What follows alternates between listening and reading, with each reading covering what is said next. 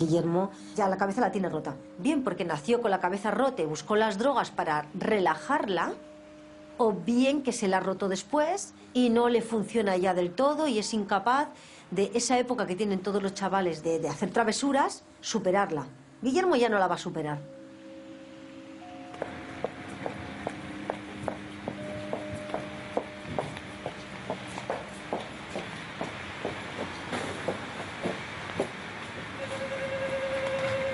Yo soy tu tutora. ¿Me vas a coger el puzzle? ¿Para qué?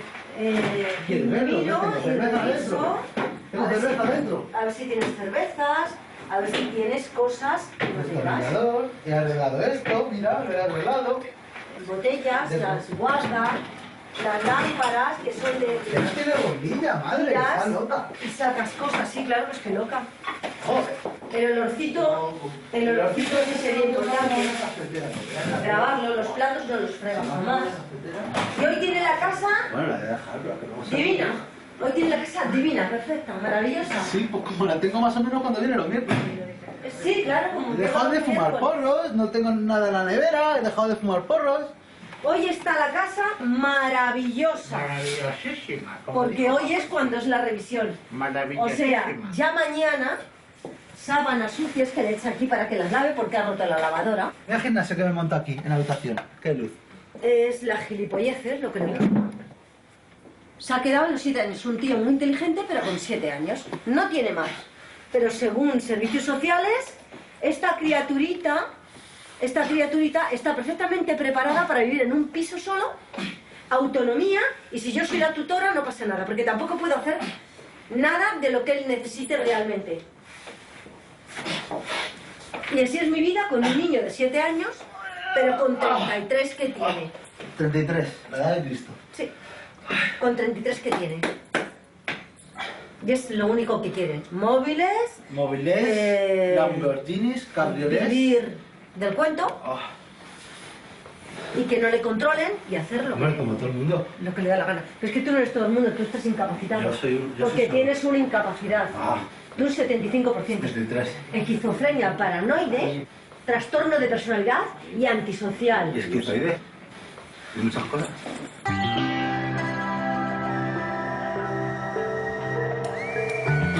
Guillermo es una de las miles de personas que tienen una adicción a las drogas y a la vez padecen una enfermedad mental. Esta combinación se ha denominado en España patología dual. Se estima que 6 de cada 10 drogodependientes atendidos en la red de toxicomanías tiene un trastorno mental. Y que más de la mitad de los enfermos mentales consume drogas.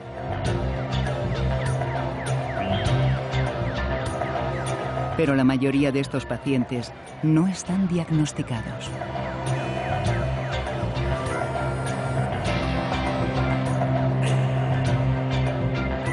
Es la cara más oculta y dramática de una locura por el consumo de todo tipo de drogas que se ha extendido en la sociedad durante las últimas décadas.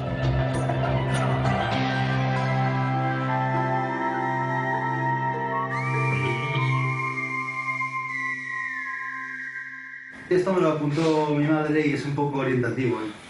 Yo no lo sigo a rajatabla, pero cuando estoy un poco perdido sí lo miro.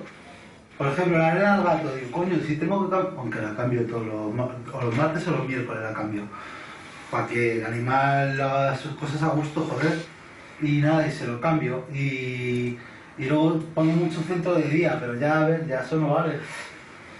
Deporte, pues nada, tengo las pesas, pero eso lo hago diario. ¿Y en qué poner ir?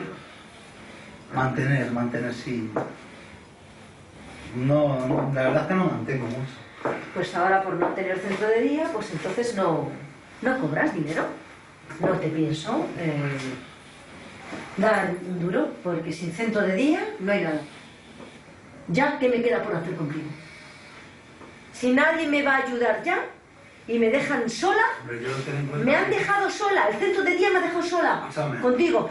Noelia me deja sola, contigo. La psiquiatra me deja sola, contigo. El centro de día, lo que sea, a esta mis huevos que ya no fumo porros. Yo ya no fumo porros, me da igual lo que diga mi madre, que si voy a fumar, no voy a fumar, vas a fumar, me da igual, yo no voy a fumar más porros. No fumo, de hecho ya lo he dejado. Es no, increíble, nada. es increíble, es increíble. Joder, si estoy yo hablando, no digas tú. Es lo que se llama típicamente un absoluto delincuente y sinvergüenza. No respeta los recursos que le dan, no respeta a la psiquiatra, no respeta a la asistenta social, se mete por el hospital, le han grabado, se puede ver. Lo único que sabe hacer bien en esta vida es fumar, comer y destruir. Y yo me tengo que quitar de la tutela porque no existe ley que me apoye. Pero quitarlo, dejarme en paz. Quitaron mi padre y tú, dejarme en paz. Y le odio. O sea, le odio yo, le odio a la sociedad. Ya tengo que soltar la tutela. Guillermo tiene diagnóstico de esquizofrenia y una historia de policonsumo, es decir, ha consumido de todo. Sería un ejemplo de personas que debido a su situación de no querer tratarse o no estar preparados para tratarse, no siempre es una cuestión de voluntad, se van abandonando progresivamente. Eso también les hace entrar en conflicto con la familia tiende a retirarse, ellos se quedan solos, van perdiendo apoyos y pueden pasar varias cosas. Algunos acaban en el circuito de la marginalidad y otros, que son bastante numerosos también, acaban utilizando los servicios de tratamiento, por ejemplo de drogodependencias, como centros de servicios sociales donde ir viviendo durante una temporada de su vida. ¿Acompañas?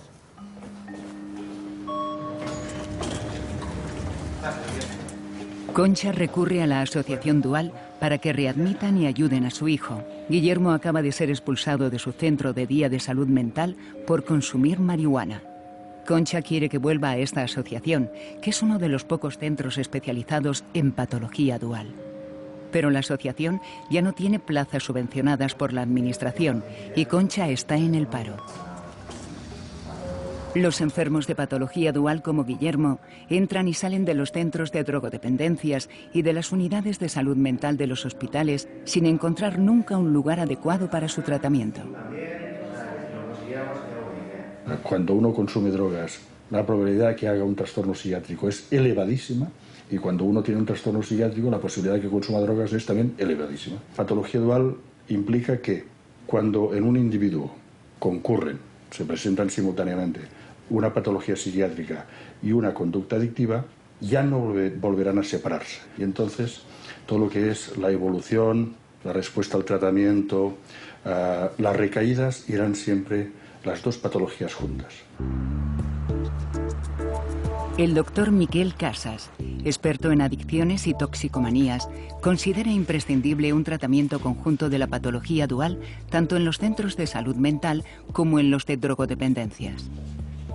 Durante muchísimos años ha habido redes paralelas, los que trataban la psiquiatría clásica y los que trataban las drogodependencias, y mucha incomunicación entre las dos redes. Ha sido cuando ya no se ha podido negar el hecho real de que la mayoría ya en estos momentos de pacientes psiquiátricos crónicos consumen drogas que la psiquiatría oficial ha tenido que aceptarlo. Los tratamientos de los pacientes que sufren de patología dual deben empezar por el diagnóstico. No podemos tratar a nuestros pacientes si no están diagnosticados. Y hemos hablado de que hay muchos pacientes, demasiados, que no están diagnosticados de patología dual. Un buen diagnóstico va a conducir probablemente a un tratamiento eficaz.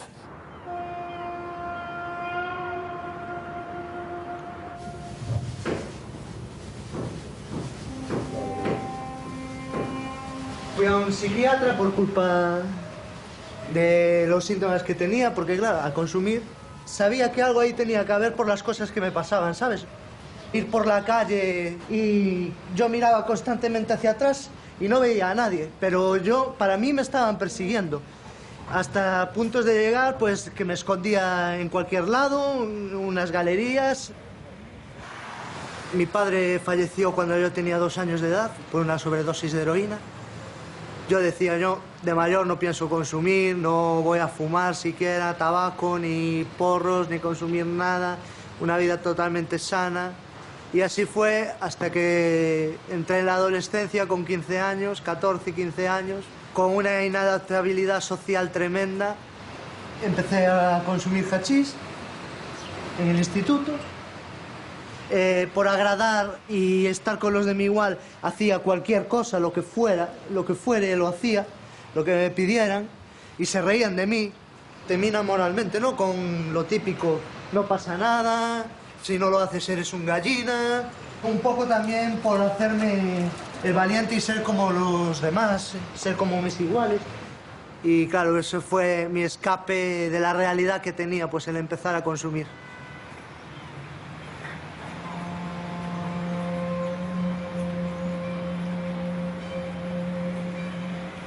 Cuando un adolescente está probando con estas sustancias, está jugando a ruleta rusa. No sabe cómo está decargado su vulnerabilidad, su cerebro, para que esto dé lugar, para que esto implique el desarrollo y el comienzo de una enfermedad que nosotros llamamos patología dual. Los adolescentes te dicen, oye, mira, pero ¿por qué me dices que es peligroso lo que hago? Si 8 de cada 10 de mis compañeros lo hacen y no les pasa nada. Entonces hay que explicarles realmente que el diablo no es la heroína, no es la cocaína, no es el cannabis, no es el alcohol, no es el tabaco, que no hay que tocarlos, pero que el problema es la vulnerabilidad individual que uno tiene a estas sustancias. Las edades de inicio de consumo son realmente alarmantes. Estamos hablando de edades de inicio de consumo de drogas como el alcohol o el tabaco en torno a los 13 años, de drogas como el cannabis en torno a los 14 años, de drogas como la cocaína o el éxtasis a los 15 años. Son edades francamente alarmantes.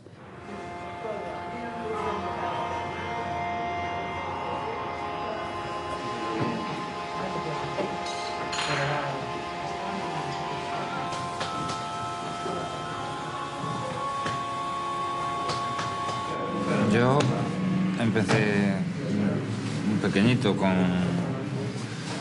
el alcohol y con los porros. Y luego ya a los 18, cuando empecé a salir de noche habitualmente, ya la cocaína. Y un momento en que tenía que consumir todos los días. No podía parar. Yo cuando empezaba no podía parar. Y mis padres me notaron algo raro. Y fue cuando fuimos al psiquiatra y no comenté nada de la droga y dije que tenía depresión. Me hincharon fármacos de antidepresivos y tal y no supe nada porque estaba mintiendo yo. Y ya con 21, 22 fue cuando tuve una sobredosis y estuve en coma un año, un mes entero. Cuando me desperté no me acordaba de nada, estaba totalmente demenciado casi. Todos los que estamos aquí tenemos un pasado de drogadicción, sea alcohol, cocaína, heroína, lo que fuera. Entonces, aquí estamos aprendiendo un poco a manejar lo que es la patología, olvidarnos del consumo y ya estamos. Las drogas, muchas de ellas, inciden en el propio proceso de maduración y desarrollo del cerebro. Por lo tanto, si un sujeto, un adolescente, que aún no tiene su cerebro maduro, consume drogas, las consecuencias van a ser mucho más negativas que si este consumo tiene lugar a nivel de un adulto. Yo soy Alejandro, tengo 22 años, empecé con 11 años a consumir hachís y cannabis y fue justo cuando me dieron el trastorno límite de la personalidad y estuve 2 veces en el psiquiatra porque el ataque de personalidad me da por violencia y ya conocí otras drogas. La que normalmente consumía era cocaína. Hace 2 años, en fin de año, me dio una especie de sobredosis con ataque de epilepsia.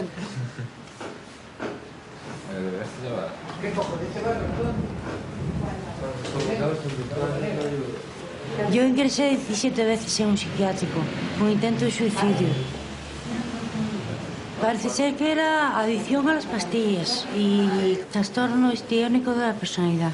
Pues empecé con 20 años, tengo 49, toda una vida.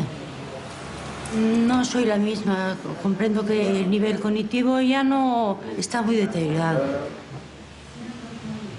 Tengo confusión mental muchas veces, me quiero acordar de nombres y no me acuerdo, lagunas mentales, es lo que me produce. Dentro de las múltiples vulnerabilidades que hay unas que ya sí que están claras, y es el padecer algún tipo de trastorno psíquico. Si tienes un cuadro psicótico, tienes un cuadro depresivo, un trastorno bipolar, las posibilidades, como decía antes, de que consumas drogas son muy altas. En España, Las investigaciones que estudian los efectos que las drogas tienen sobre el cerebro y el comportamiento humano se han multiplicado en los últimos años. El científico Rafael Maldonado, que dirige el Laboratorio de Neurofarmacología de la Universidad Pompeu Fabra, investiga con animales de experimentación la vulnerabilidad de las personas a las drogas y la base biológica que tienen los procesos adictivos. Obviamente el animal de experimentación es un buen modelo para intentar esclarecer un poco más estos factores de vulnerabilidad que hacen que un sujeto esté más predispuesto a padecer una adicción que otro sujeto. Evaluamos cómo las drogas son capaces de interferir con determinados circuitos del cerebro y cómo son capaces de afectar estos circuitos y de modificar el comportamiento.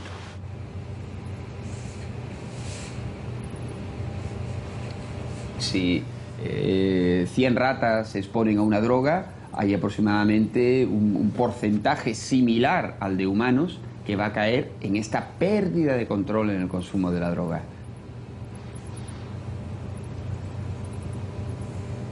Por la cabeza me pasaba meterme otra,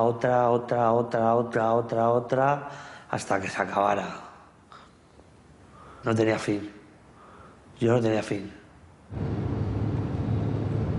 Y las mayores locuras que he hecho yo conduciendo, encima las he hecho con el coche de mi padre.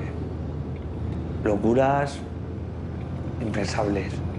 Dirección contraria, conducir con las rodillas y ir poniéndote velocidades increíbles. Locuras. Pues este era mi recorrido. Si había mucha gasolina, hasta que el depósito bajaba, pues me dedicaba por aquí a dar vueltas como un tonto, a dar vueltas y a ponerme de cocaína.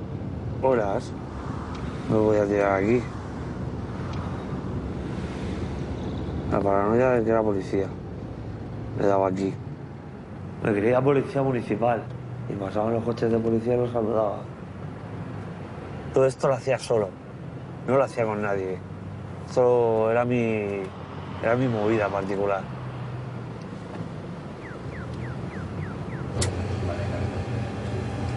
Estas modernas técnicas de neuroimagen realmente nos han permitido un gran avance en el conocimiento de muchas enfermedades mentales, incluida la adicción. El proceso de la adicción cada vez vamos conociéndolo mejor. Y hoy en día sabemos que se producen unos cambios a largo plazo en determinadas estructuras cerebrales y en la forma de sus neuronas y en la manera que estas neuronas se comunican con las otras. Se disminuye la capacidad de las neuronas para comunicarse con otras neuronas. Y obviamente estos son cambios a largo plazo que se producen en estas estructuras cerebrales y que difícilmente van a volver atrás. Obviamente, si hay cambios que podemos evidenciar con técnicas como las técnicas de neuroimagen y otras, pues es obvio que nos encontramos ante una enfermedad, no ante un vicio. Lunes, voluntariado. Manolo tiene 30 años. Empezó a consumir drogas con 15 y terminó desarrollando una adicción compulsiva a la cocaína y un trastorno límite de la personalidad. Después de un año de tratamiento en la Asociación Dual, pasó a vivir en el piso tutelado de esta entidad.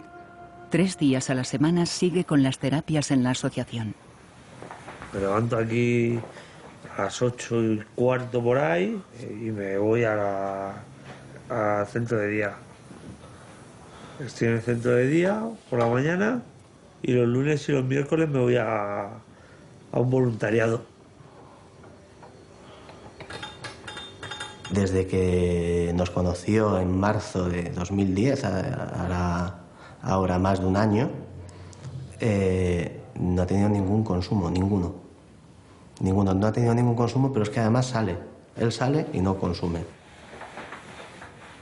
Yo pensaba que podía con todo, que era intocable. Había consumido cocaína y tomé tranquilizantes y mi madre me encontró en el suelo muerto. Estuve 10 días en coma hasta que me desperté y me desperté pues hecho polvo. Yo pensaba que yo podía seguir consumiendo y podía hacer de todo todavía.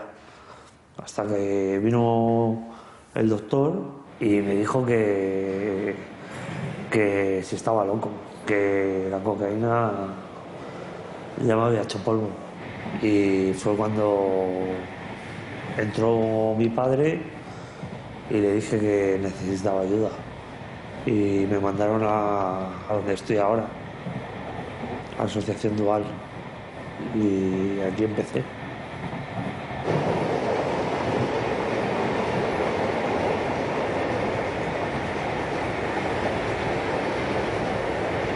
Ahora el problema que tengo es enfermedad y aparte pues que no ando muy bien de la cabeza. A veces me dan paranoias y cosas y me rayo mucho.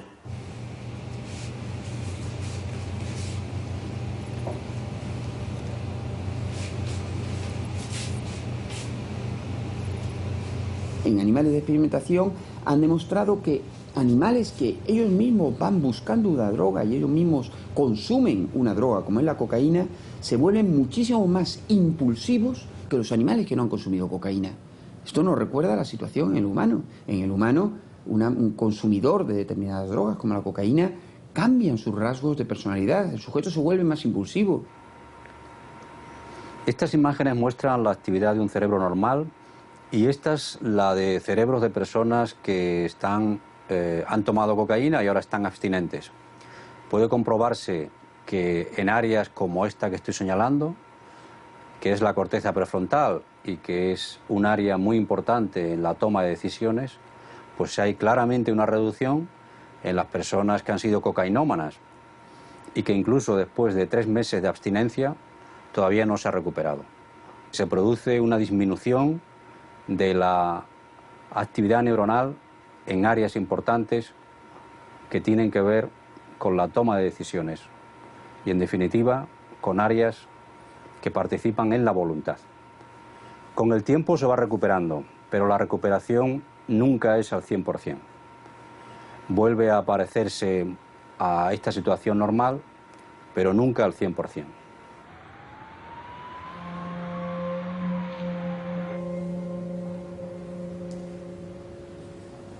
Cuando llegan a nuestro centro muchas veces han perdido casi todas las vías de sostén social que podemos tener todos. La mayor parte de nuestros pacientes no tienen ninguna fuente de ingresos o cuando la tienen una renta mínima de inserción y muchos de ellos han perdido hasta su domicilio. Y son de muy difícil manejo, son pacientes que se llaman de puerta giratoria por definición. Entran y salen de los hospitales, entran y salen de los centros de tratamiento de drogodependencias porque ni en un lugar ni en el otro encuentran que se les dé lo que ellos necesitan, ¿no?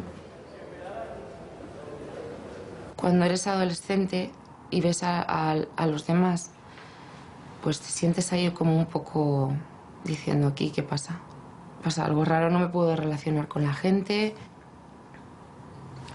Necesito las sustancias para poder ser otra persona o para poder relacionarme. Más o menos a los 13 años empecé a beber y utilizaba el alcohol como anestesiante para mi dolor que sentía en ese momento, porque no podía soportar la situación que vivía a mi alrededor y bueno, pues para mí era como una especie de escape. Y luego, los fines de semana, también empecé a consumir hachís. Me acostumbré a ese estilo de vida. Y empecé a trabajar de camarera por las noches y me enganché a la cocaína y todavía más al alcohol. Y bueno, pues así prácticamente hasta que me quedé embarazada de mi hija.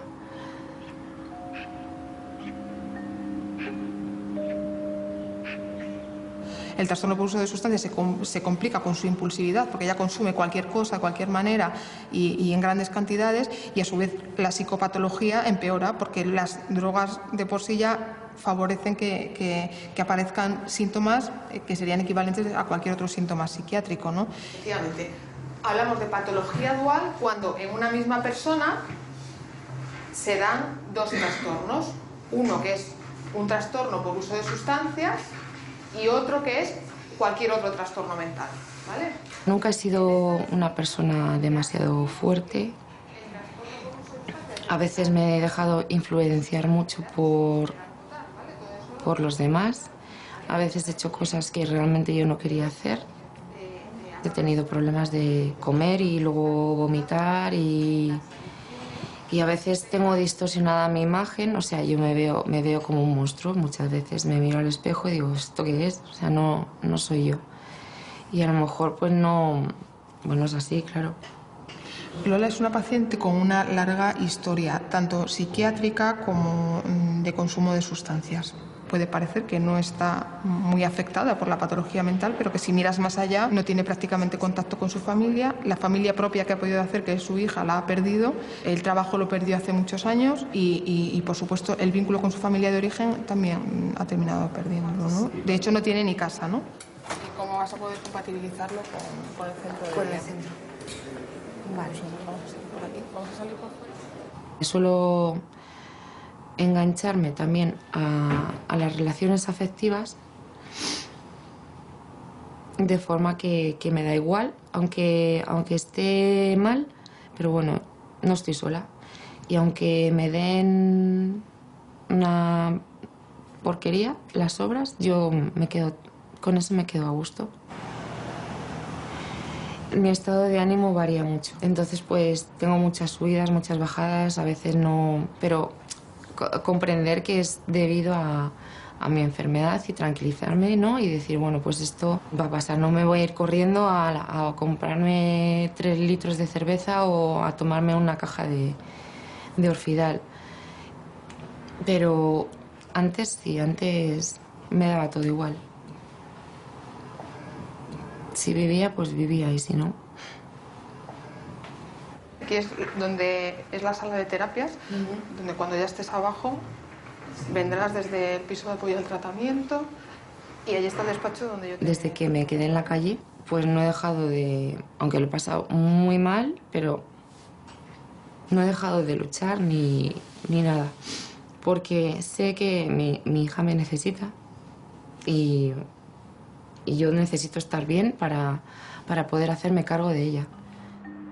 El trastorno límite de personalidad que padece Lola es común entre los drogodependientes. Un estudio realizado en Estados Unidos indica que casi el 6% de la población puede llegar a sufrir este trastorno. Es una enfermedad que se caracteriza porque el paciente tiene dificultades en cómo siente distinto, en los afectos son distintos, en cómo percibe, en cómo se relaciona. Y esto es muy importante, en cómo se relaciona y en cómo controla los impulsos.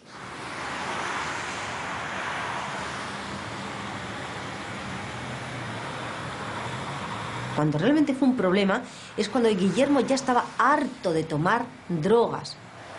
Yo sabía que algo ocurría, porque no paraba de escuchar voces y de contestar a una tercera persona. Contestar y cállate, y déjame, y yo no puedo más. Era como si estuviera una tercera persona con él. Y diagnosticaron esquizofrenia paranoide. Pero no me dieron ninguna solución. En qué grado, de qué manera o cómo le afectó, no lo sé, pero allí se quedó Guillermo colgado en un pino. Ya para siempre. Yo salí de la mili ya tocado.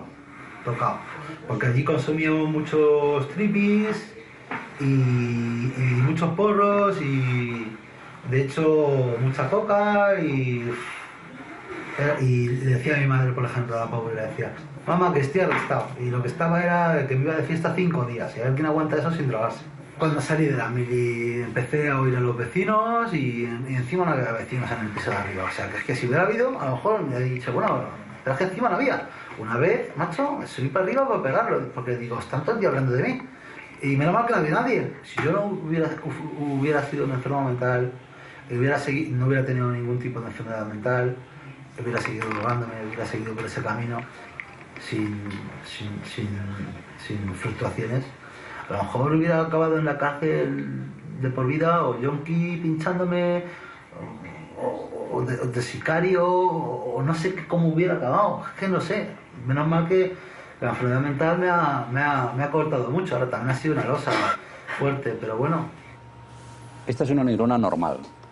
El éxtasis, las famosas pastillas, lo que hacen es destruir estas terminaciones, lo que está señalado en azul, alterando así de ese modo el funcionamiento normal del cerebro. Se ha visto en primates que después de año y medio aproximadamente, algunas de esas ramificaciones que han sido rotas, podadas por el éxtasis, vuelven a surgir, pero de un modo diferente, con muchas más ramificaciones en este caso, e incluso sale aquí una rama que antes no estaba, y otras que estaban nunca más vuelven a aparecer. En definitiva, el éxtasis, incluso aunque se deje de consumir durante un tiempo considerable, altera permanentemente la función neuronal. Yo soy patronista industrial, pero viendo que con Guillermo no había nada que hacer y seguía viviendo en la calle, pues decidí tomarme un año sabático para poder echarle una mano y que saliese de la calle. Y vivía ahí, delante de mi terraza, en la calle, en un coche viviendo, como un guarro, el coche lleno de porquería. Guillermo ya tiene la cabeza trastornada. Cuando me dicen hay que reeducarle, hay que decirle, tiene que tocar fondo, es una mentira. Guillermo ya tocó fondo varias veces. Guillermo ya está mal. Guillermo lleva con la esquizofrenia paranoide cuando terminó la mili 18 y 19 años y tiene 33, pues ponte a sumar un montón de años sufriendo. Es muy duro pensar que vas a tener un hijo cada vez peor para siempre. Te vas dando cuenta poco a poco cuando haces una cosa con mucho dolor, cuando le dejas vivir en la calle con mucho dolor. Son muchos años viviendo con Guillermo, así, mal, mal, mal.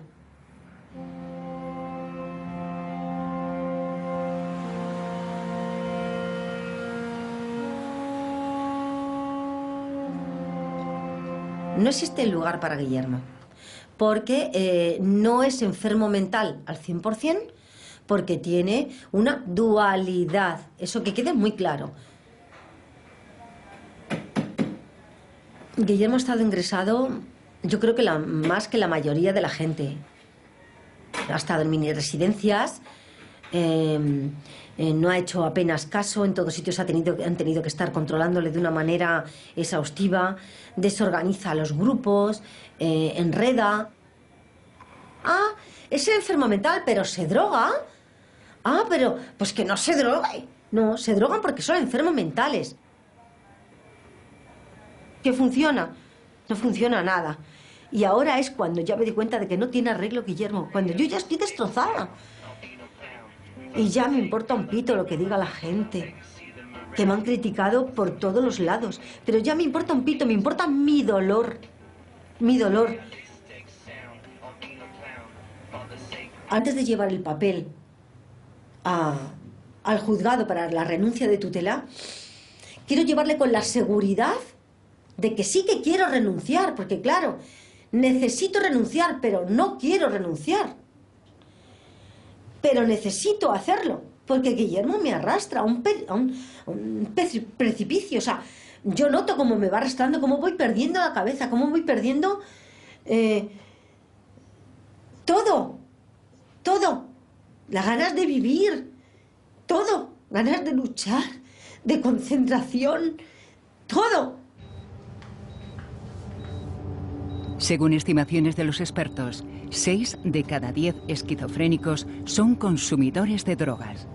El doctor Emilio Ambrosio, catedrático de psicobiología de la UNED, investiga en los roedores la relación entre esquizofrenia y cocaína. Una sustancia que provoca efectos similares a la psicosis que es típica de la esquizofrenia es la cocaína. Produce, cuando está tomada a ciertas dosis, los mismos delirios, las mismas alucinaciones que produce la enfermedad psicótica que puede tener una persona, ¿no? Con este modelo estamos tratando de entender qué ocurre en la patología que llamamos esquizofrenia y buscando fármacos que nos ayuden a normalizar la vida de esas personas. Buenos días.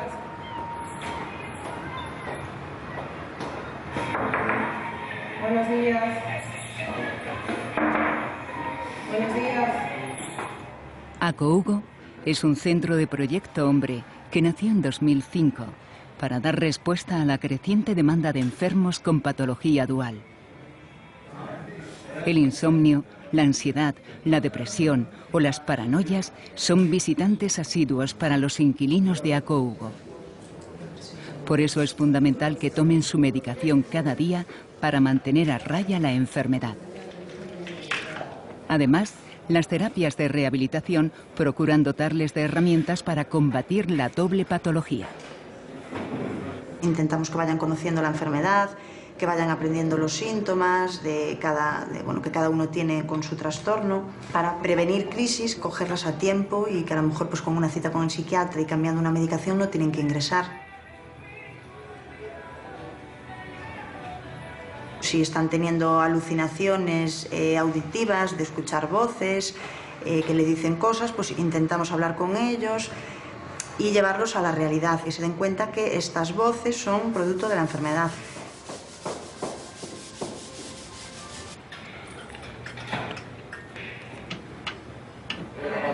Yo solo he tenido algún tipo de brote psicótico por consumo de gran cantidad de drogas. Pero bueno, sé que si siguiera durante mucho tiempo consumiendo y tal, pues derivaría entonces en un trastorno grave. Empiezas a venir imágenes a la cabeza, a lo mejor escuchas voces, tal, y tú no sabes por qué es eso. No, porque no consumo desde hace 2 años. Joder, ¿cómo va a pasar esto a mí ahora? Si te das de cuenta, vas al médico, pero si no te das de cuenta, puedes acabar muy mal. Es que yo solo echaba que eran las drogas, alucinaba por consumir, y era el brote. A mí, por ejemplo, la semana pasada cuando me dio mucha paranoia y lo pasé mal. La experiencia psicótica es realmente terrible para el individuo que la vive. Por lo tanto, nadie busca ser psicótico. Se busca modificar el nivel de conciencia y las experiencias vividas, pero no la psicosis. Lo que pasa es que el cannabis puede dar psicosis per se, o porque desarrolla una psicosis latente, una esquizofrenia latente, que quizás nunca habría salido si no se hubiera consumido. Y la cocaína igual.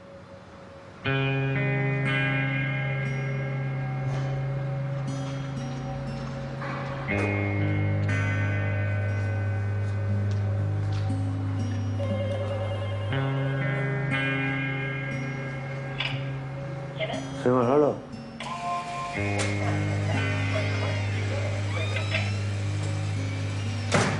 Manolo llegó con un abuso descomunal de cocaína que le provoca un coma, que es lo que le hace reaccionar, y a nivel psiquiátrico con dificultades propias de un trastorno de la personalidad, dificultades de control de los impulsos, una marcada agresividad, mala gestión de la ira y también con síntomas psicóticos como por ejemplo delirios.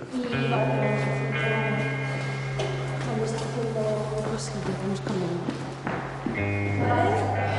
2, 3, 4, eso es, en diagonal subimos hacia, como si quisiéramos juntar el codo con la rodilla. 2. Hay a veces que no controlo, a veces no, muchas veces. Cuando me rayo, bueno, no controlo. He tenido problemas aquí en Dual, de no controlarme y de tener que forzarse las chicas demasiado.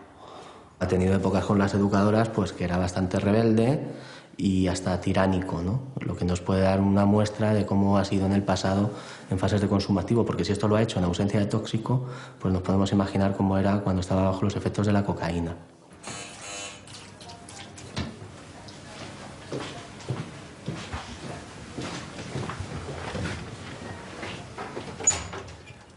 Hola, guapo. ¿Qué pasa? ¿Qué tal, hijo?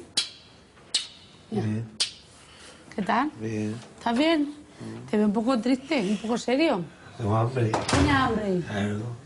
Lo entrego para mañana. ¿Has estado con Raúl? Le vi ayer y antes de ayer y ayer le vi. ¿Sí? No, la relación con mis padres durante aquella época fue muy dura. Y mi madre tragando, mi madre pues la única que daba el lomo, no iba a dejar a su hijo en la calle, ni le iba a dejar tirado. No. Me amenazaba y decía que íbamos a salir en la tele los dos. Me decía, mamá, ¿Tú quieres salir en la tele? Pues vas a salir en la tele. Sentarme al lado de la cama y dame dinero, dame dinero, dame dinero, dame dinero, dame dinero, dame dinero, sin cansarme, pudiendo tirarme horas y horas y horas pidiendo dinero. Al final siempre acababa dándole dinero. ¡Anda! 7:30 por ahí. Yo cogí muchísimo miedo. Muchísimo miedo. Yo montones de veces se lo he propuesto a él y él a mí. La única salida que he visto era esa. Quitarnos la vida a los dos. Manolo está en una etapa muy avanzada de tratamiento, está acabando la parte residencial de tratamiento y tiene voluntad de seguir a nivel ambulatorio. Reconoce que debe tratarse durante mucho tiempo o de por vida y a nivel familiar ha mejorado brutalmente hasta el punto de que es él el que ha puesto en tratamiento a su madre porque cree que le ha hecho mucho daño. Él identifica el daño que ha ocasionado. Eso es un gran indicador de pronóstico. Cuando alguien sabe que lo ha hecho mal y lo quiere restituir. El pensar el que él tenga que salir de allí de donde está y que tenga que venir a casa, a mí eso me preocupa un montón. Y yo estoy pensando en que mañana, el día que yo no esté, que nosotros no estemos, ¿qué va a ser de él?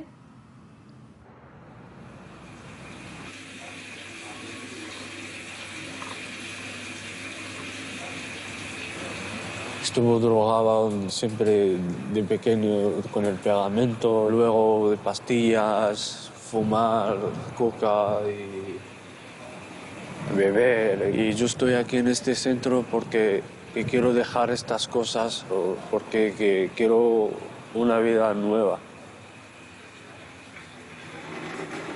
A ver, chicos, ¿todos al salón? Mohamed ha ingresado en la Clínica San Juan de Dios, que tiene un convenio con el Ayuntamiento de Madrid para acoger los casos más problemáticos de patología dual.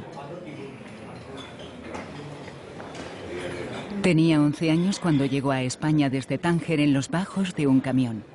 Y en el barrio de Lavapiés, en Madrid, fue acogido por un grupo de jóvenes compatriotas que vivían en las calles consumiendo drogas. Toda mi vida me he vivido en la calle, pues quiero una vida nueva y una casa como toda la gente. Yo de pequeño tengo los nervios y hago, cuando estoy nervioso hago daño a mí mismo, así, a mí mismo, o rompo cosas, o peleo con alguien. Siempre así. No saben manejarse en la frustración, no saben manejarse en la dificultad, en el estrés, y entonces para muchos una vía de escape termina siendo como un hábito más, como una adicción más, ¿no? Cuando me encuentro mal, lo mismo que consumo, a la desesperada, pues o me tomo más pastillas buscando acabar con todo o intento tirarme por una ventana, ¿no? Pero como que son actos muy a la desesperada y ya muchas veces muy integrados en su forma de funcionar. Están direccionando el dolor emocional insufrible en un dolor físico que de alguna manera les produce un bienestar y un alivio momentáneo. El sufrimiento es emocional, es enorme y muchos de ellos, casi un 10%, cometen suicidio y digamos suicidio consumado. Por un brote casi me quedo en un accidente y tal. Fui a buscarlo yo, porque tenía muchas cosas en la cabeza y no veía salida.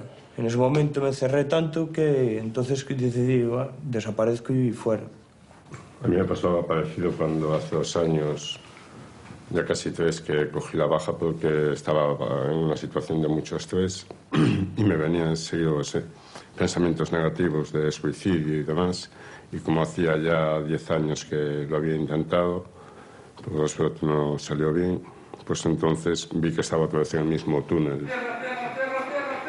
La prevalencia de suicidio es muy alta, por ejemplo, casi el 10% de los pacientes que sufren esquizofrenia, casi el 10% de los pacientes que sufren trastorno límite de personalidad, cifras semejantes para trastornos depresivos mayores. Es un elemento muy importante. Hemos hecho un estudio epidemiológico en la Comunidad de Madrid sobre la prevalencia de patología dual en población asistida y nos hemos encontrado con un dato sorprendente. Más del 40% de los pacientes que sufrían patología dual, y era un porcentaje por encima del 50% de todos los pacientes en todas las redes asistenciales, tenían ideas de suicidio. Mamá. Vete para acá que tenemos que ir a Madrid a hablar con la Sí, abogada. sí, venga, va, un beso. Medicación. Es como Jekyll y Hyde. Ahora Guillermo es otra persona distinta.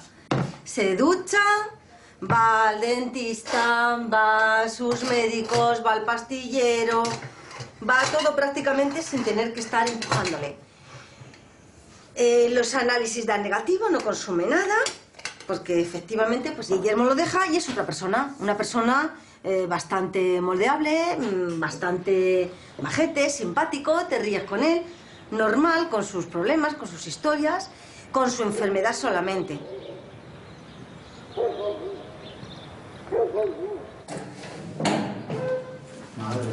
Venga, anda.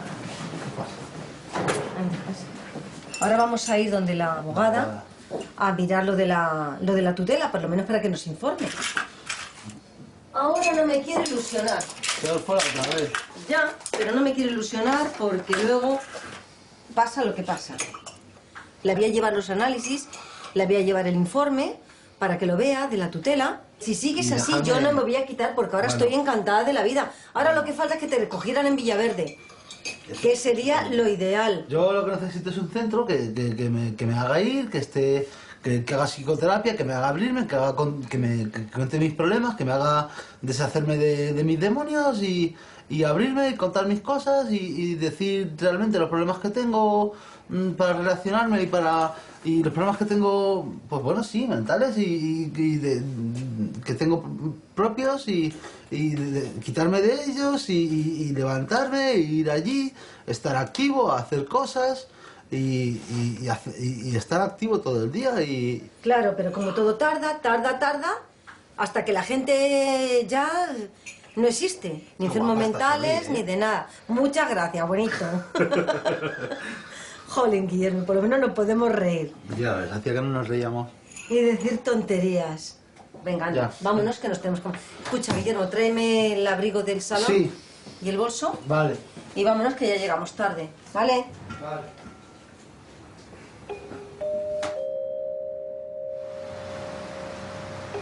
Han pasado 4 meses. Guillermo dejó de consumir y Concha abandonó la idea de renunciar a la tutela de su hijo, pero la enfermedad se presentó de nuevo.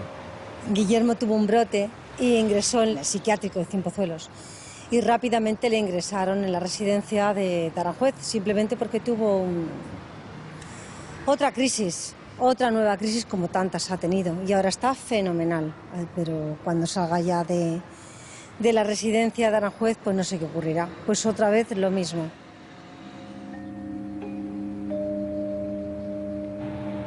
Me viene bien estar aquí, me viene bien para habituarme a las actividades de la vida diaria y para cambiar un poco de aires, también para que descanse mi madre.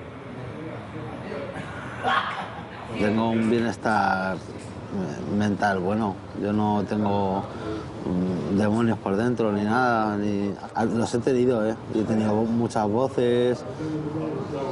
Me da por sentir que los vecinos están moviéndose o no sé, como que cometieron un asesinato y movidas de esas y se pueden volver a desarrollar, sobre todo si consumiera drogas. Y bueno, aquí ando, a trompicones, como he andado toda la vida, a ver, pero bueno.